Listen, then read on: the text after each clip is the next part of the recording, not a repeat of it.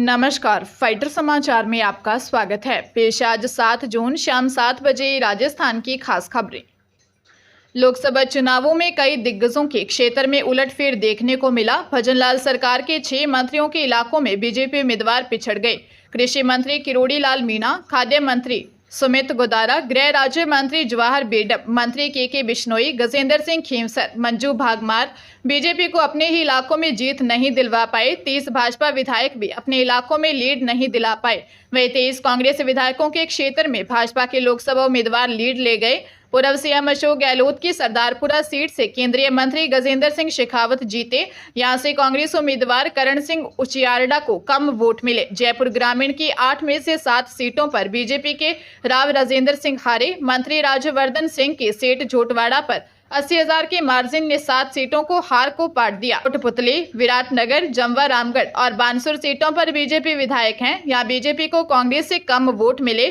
कांग्रेस उम्मीदवार अनिल चोपड़ा झोटवाड़ा से पीछे रहे। चित्तौड़गढ़ जिले में करीब 100 लोग जेसीबी लेकर वाटर पार्क में घुस गए और तोड़फोड़ शुरू कर दी। एक साथ वाटर पार्क में इतने लोगों के घुसने और हंगामा करने से वहां मौजूद लगभग 500 विजिटर्स में अफरा तफरी मच गई। जबरन घुसे लोगों और वाटर पार्क के स्टाफ के बीच हाथापाई भी हो गई। इसमें पूर्व प्रधान सहित 6 लोग घायल हो गए। मामला गंगरार थाना इलाके में भीलवाड़ा जिले के बॉर्डर पर स्थित किंग्स वाटर पार्क का है। दोनों पक्षों की ओर से रिपोर्ट दी गई है। बताया जा रहा है कि वाटर पार्क में फ्री में घुसने को लेकर विवाद हुआ था। डीएसपी रविंद्र प्रताप सिंह ने बताया कि वाटर पार्क में कुछ युवक फ्री में एंट्री कर नहा रहे थे। इस दौरान स्टाफ ने युवकों को टोका और मारपीट कर दी। इसके बाद सोनियाना सहित आसपास के गांवों के करीब 100 युवक जेसीबी लेकर वाटर पार्क पहुंचे और पूरे परिसर में जमकर तोड़फोड़ की। प्रथम दृष्टया फायरिंग होने की बात भी सामने आई है, उसकी जांच कर रहे हैं। सीकर जिले के रिंगस में कार की टक्कर से खाटू श्याम मंदिर जा रही युवती की मौत हो गई। हादसे में जान गंवाने वाली युवती खाटू श्याम जी की परम भक्त थी। वह 11 साल पहले सरकारी हॉस्पिटल में संविदा की नौकरी छोड़कर खाटू श्याम जी की सेवा में लग गई थी।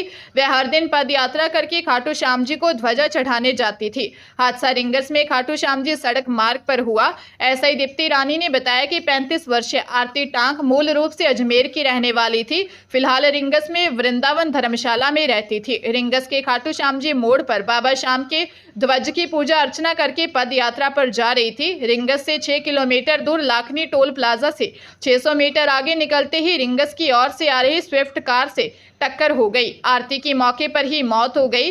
कार में कुल 4 लोग सवार थे, जिसमें एक महिला भी थी। हादसे के बाद चारों भाग गए। पुलिस मामले की जांच कर रही है।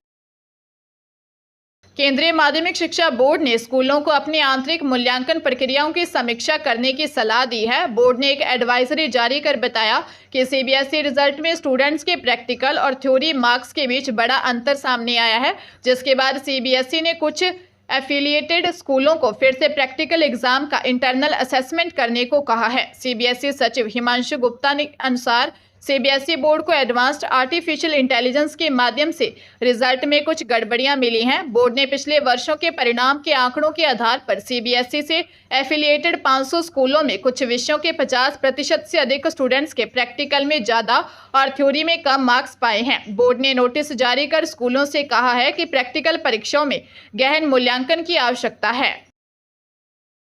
चित्तौड़गढ़ जिले के बेंगू एडीजे कोर्ट ने महिला से रेप के आरोपी को दोषी मानते हुए उम्र कैद और 50,000 रुपए के जुर्माने की सजा सुनाई। मामला करीब 7 साल पुराना है। न्यायाधीश राकेश गोयल ने गांव परखिया खेड़ी के रहने वाले हीरालाल सालवी को उम्र कैद और 50,000 रुपए जुर्माने की सजा सुनाई। जुर्माना राशि नहीं देने पर 1 साल के फिर से जेल होगी। कोर्ट ने महिला से रेप की धारा 376 मामले में हीरालाल सालवी को दोषी ठहराया है। अपर लोक अभियोजक फरीद मोहम्मद मिर्जा ने बताया कि पीड़ित पक्ष की ओर से पैरवी करते हुए उन्होंने 15 गवाह और 20 दस्तावेज पेश किए गए। मामला साल 2017 में पारसोली थाना क्षेत्र का है। राजधानी जयपुर में धोखाधड़ी के मामले में आरोपी को पकड़ने गए 2 पुलिस कांस्टेबल को आरोपी के परिवार ने 30 मिनट तक बंधक बनाकर रखा। ज्वार सर्किल थाने के एएसआई अमर सिंह मीणा ने पुलिस कंट्रोल रूम से मदद मांगी। इसके बाद भट्टा बस्ती और शास्त्री नगर थाने की पुलिस मौके पर पहुंची।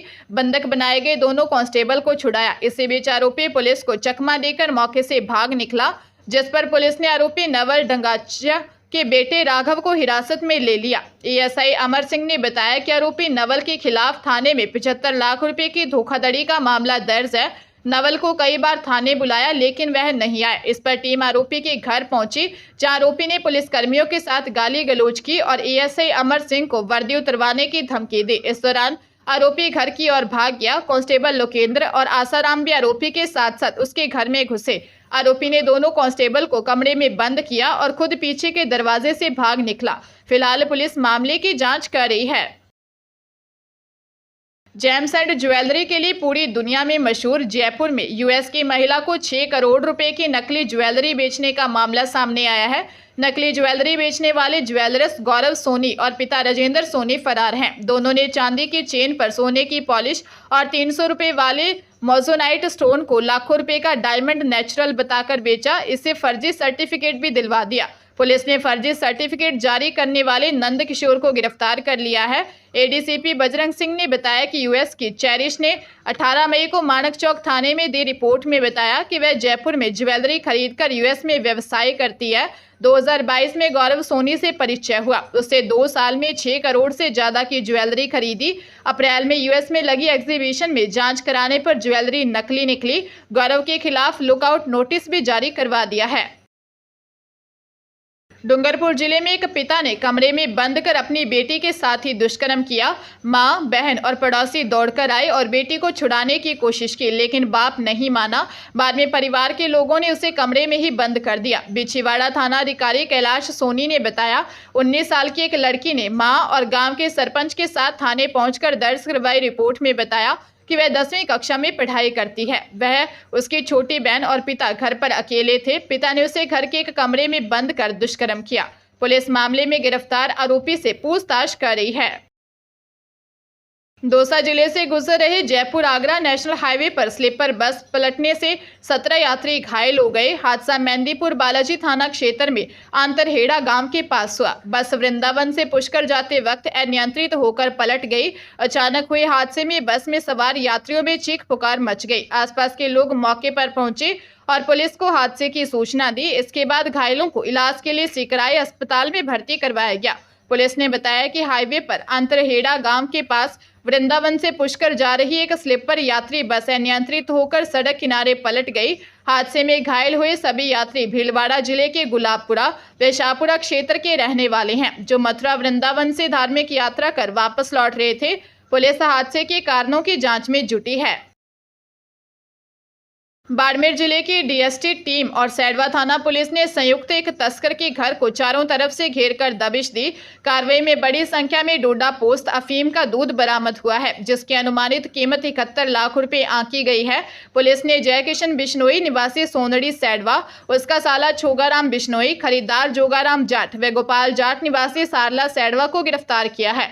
फार्म हाउस में आलीशान बंगला बना हुआ था। एसपी नरेंद्र सिंह मीणा के मुताबिक मुखबिर से मिली सूचना के बाद पुलिस ने सोनड़ी गांव में तस्कर जयकिशन के बंगले पर दबिश दी। सैडवा पुलिस की मदद से डीएसटी टीम के कमांडो और अन्य पुलिस कर्मियों ने तस्कर के घर को घेर लिया। हथियारबंद जवानों के साथ इस घेराबंदी को देख तस्कर कैंपर गाड़ी से मौके से भागने का प्रयास करने लगा, लेकिन पुलिस ने घेराबंदी के कारण भागने में सफल नहीं हुए।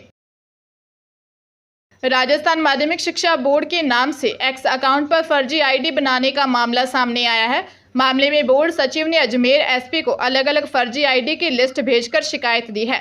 सचिव ने एसपी को शिकायत देकर फर्जी आईडी बनाकर संचालित करने वाले लोगों पर कार्रवाई करने के लिए कहा है।